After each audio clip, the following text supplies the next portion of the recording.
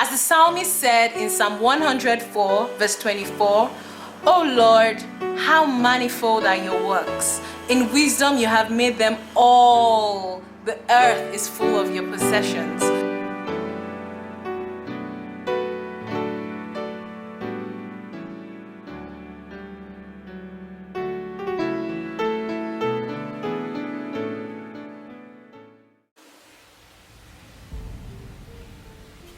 So we see how vast each of the eras were. Even though they were just 2 hours, there were long periods of time in each of the eras.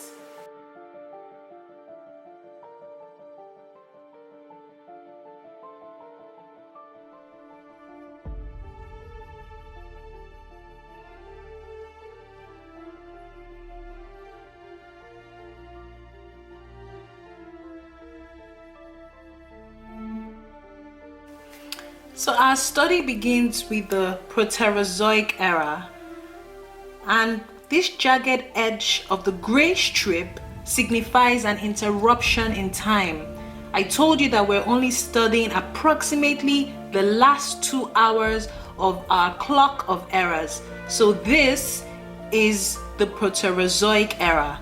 Now I told you that each era lasted for millions of years. So we even have to break it into periods.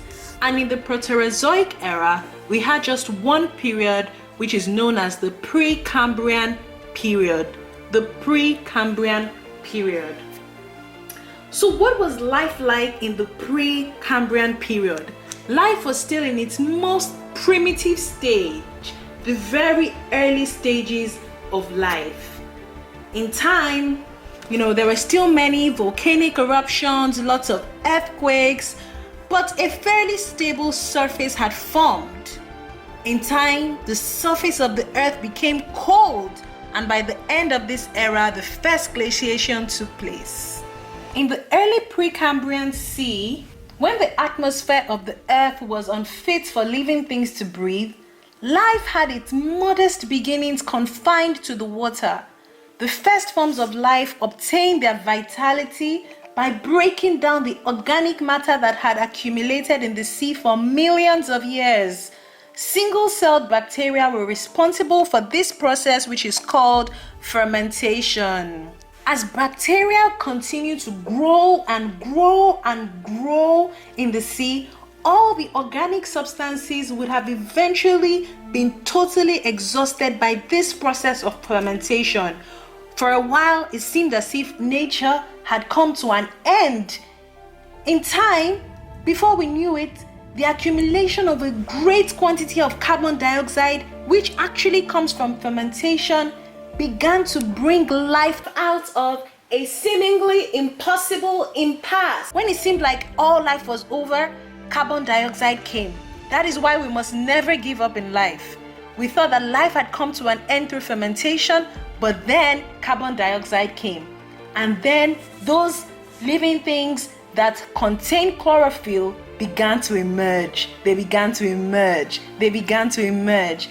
And using the process known as photosynthesis, these primitive organisms made use of that carbon dioxide, water, sunlight to make their own sugary food. The Proterozoic era was called the Golden Age of cyanobacteria, which is the blue-green algae, due to an abundance of fossil records that these tiny organisms managed to live in an otherwise fossil-void geological period. They trapped bits of sand and layer upon layer built huge conical structures with bases 30 feet in diameter and height of 50 feet. Hundreds of square miles of ocean floor were covered with these cones, which are called stromatolites.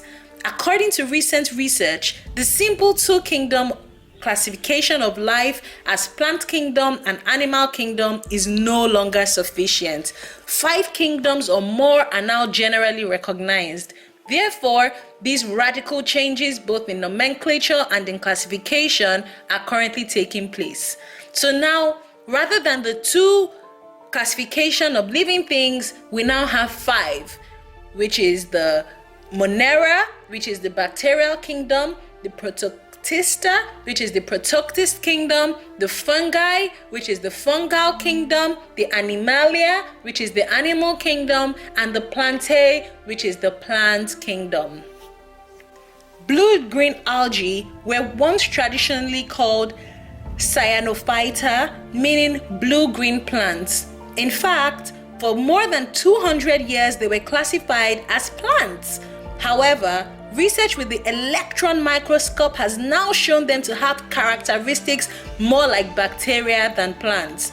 Although they function like plants, their structure is like photosynthetic bacteria. Therefore, they have been reclassified as bacteria and are now called cyanobacteria, meaning blue-green bacteria. Now, some green-colored multicelled algae of the class of the Chlorophyceae left fossils with tiny stems and root-like growths. Various living descendants of the class of the Rhodophyceae have ancestral relatives which lived in the Precambrian seas. These multicellular red algae have a stem, a type of primitive root, and branches.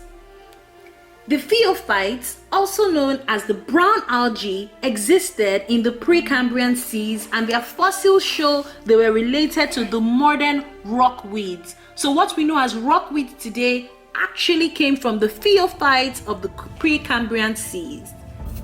Now, the dinoflagellates include living and extinct types of microscopic organisms.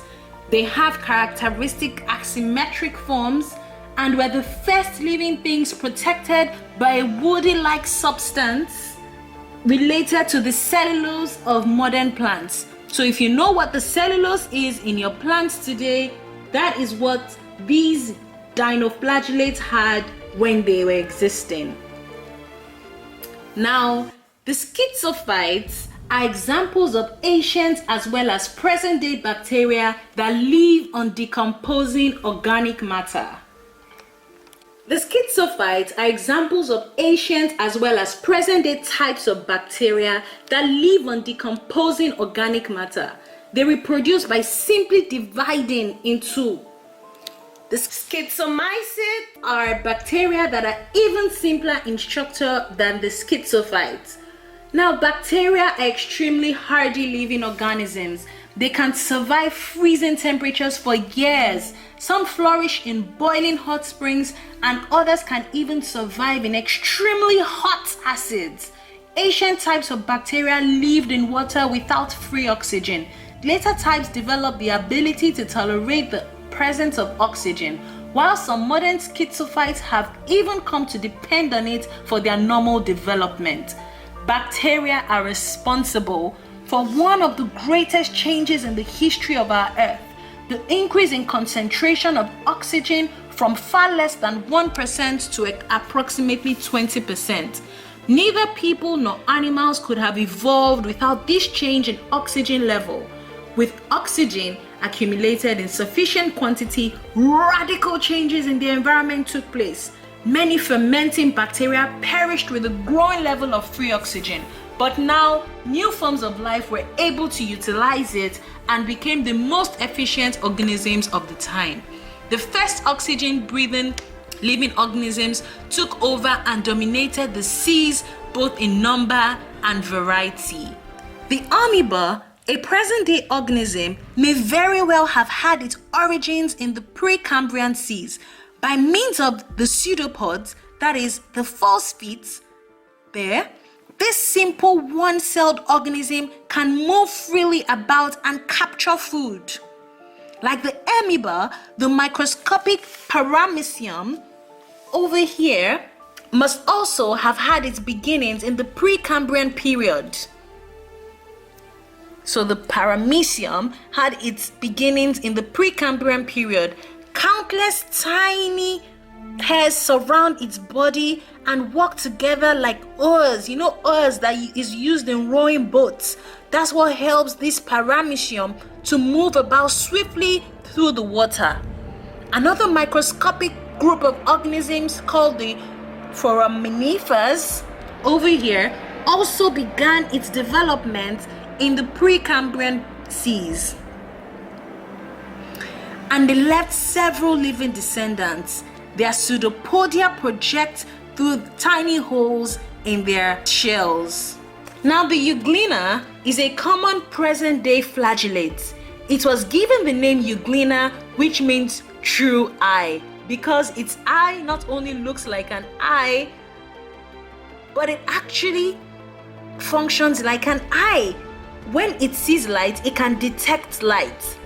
It's an example of a primitive organism which also has the characteristics of both plants and animals.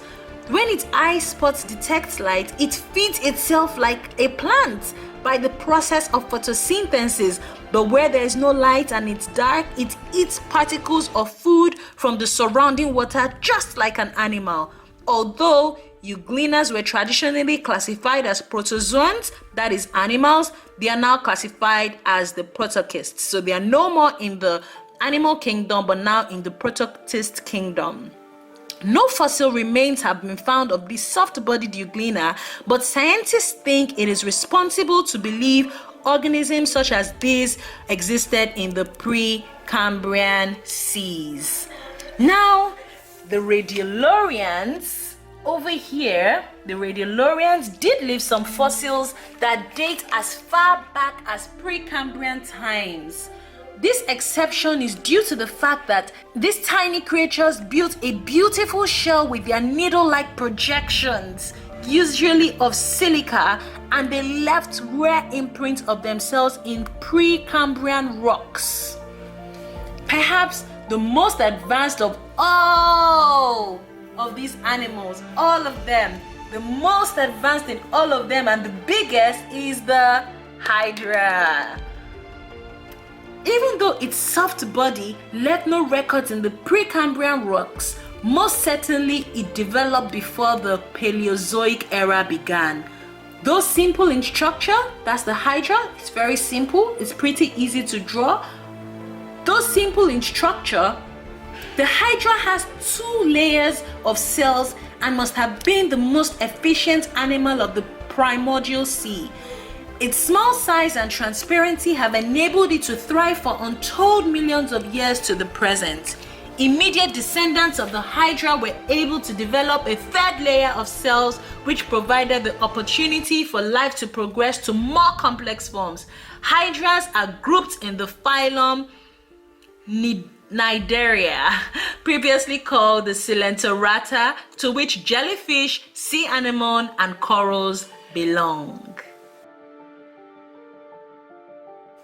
So now we've been through the Proterozoic era, the Precambrian period, the Precambrian seas, and all the organisms that were found, very simple organisms that were found during this period. We've looked at the Theophytes, the Rhodophyces, the Schizophytes, the Dinoflagellates, the Chlorophyci, the Schizomycetes, the Foraminifer, the Amoeba, the Radiolarian, the Hydra, which is the most complex, the Paramecium, and the Euglena. So in our next class, we'll be moving to the next era, which is the Paleozoic era.